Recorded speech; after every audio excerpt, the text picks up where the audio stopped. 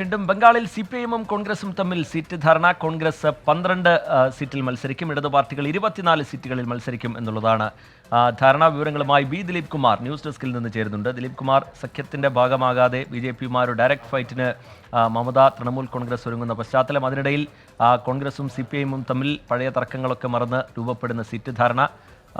ഏതൊക്കെ സീറ്റുകളിൽ കോൺഗ്രസ് മത്സരിക്കാൻ പോകുന്നു, ഏതൊക്കെ സീറ്റുകളിൽ ഇടതു പാർട്ടികൾ? തർക്കങ്ങളില്ലാതെ സീറ്റ് വിഭജനം പൂർത്തിയാക്കാൻ കഴിയുന്നുണ്ടോ ദിലീപ് കുമാർ? റിജിത്ത്, ബംഗാളിലെ 42 സീറ്റുകളിൽ ഇപ്പോൾ ധാരണയായിട്ടുണ്ട്. CPIM-ഉം കോൺഗ്രസും തമ്മിലുള്ള ധാരണ ഇതിനകം തന്നെ പുറത്തു വന്നിട്ടുണ്ട്. ഇതനുസരിച്ച് CPIM ഉൾപ്പെടുന്ന ഇടതുമുന്നണി 24 സീറ്റുകളിലായിരിക്കും മത്സരിക്കുക.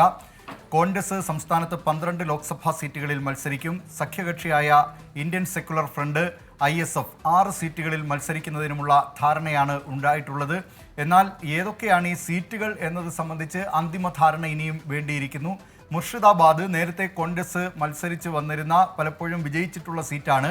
മുർഷിദാബാദ് ഇത്തവണ CPIM-ന് നൽകാൻ സന്നദ്ധമാണെന്ന് കോൺഗ്രസ് അറിയിച്ചിട്ടുണ്ട്. അവിടെ CPIM-ന്റെ സംസ്ഥാന സെക്രട്ടറി മുഹമ്മദ് സലീം ആയിരിക്കും സ്ഥാനാർത്ഥി. നേരത്തെ അദ്ദേഹം റായ്ഗഞ്ചിൽ നിന്ന് മത്സരിച്ച് വിജയിച്ചിരുന്നു 2009 തെരഞ്ഞെടുപ്പിൽ. പിന്നീട് 2019 തെരഞ്ഞെടുപ്പായപ്പോഴേക്ക് അദ്ദേഹം അവിടെ പരാജയപ്പെടുകയാണ് ചെയ്തത്. ഇത്തവണ മുർഷിദാബാദിൽ നിന്നായിരിക്കും മുഹമ്മദ് സലീം മത്സരിക്കുക.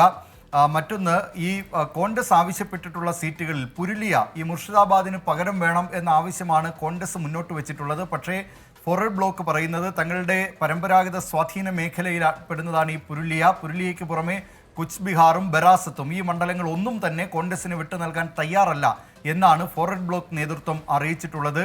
അതുപോലെ മറ്റൊരു മണ്ഡലം തലവേദനയായിട്ടുള്ളത് ബസീർഘട്ടാണ്. ബസീർഘട്ട് CPI സ്ഥാനാർത്ഥി മത്സരിക്കുമെന്നാണ് CPI നേതാക്കൾ പറയുന്നത്. പക്ഷേ ആ മണ്ഡലം വിട്ടു നൽകണം CPIM-ന് എന്ന് CPIM സംസ്ഥാന നേതൃത്വം തന്നെ അറിയിച്ചിട്ടുണ്ട്.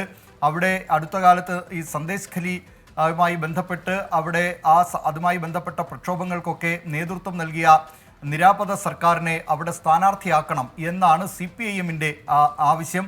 ഇതിനോട് CPI നേതൃത്വം അനുകൂലമായി പ്രതികരിച്ചിട്ടുമില്ല. ഇങ്ങനെ ഈ മത്സരിക്കേണ്ട മണ്ഡലങ്ങളെ സംബന്ധിച്ച അന്തിമ ധാരണ ഇനിയും പൂർത്തിയാകേണ്ടിയിരിക്കുന്നു. പക്ഷേ സീറ്റുകളെ സംബന്ധിച്ച ധാരണയാണ് ഇപ്പോൾ ഇടതുമുന്നണിയിൽ കോൺഗ്രസ് നേതൃത്വവും ISF-ഉമായിട്ടും പൂർത്തിയായിട്ടുള്ളത്. ശ്രീജിത്ത്, ശരി. ബി ദിലീപ് കുമാർ ന്യൂസ് ഡെസ്കിൽ നിന്ന് വിവരങ്ങൾ നൽകുകയായിരുന്നു.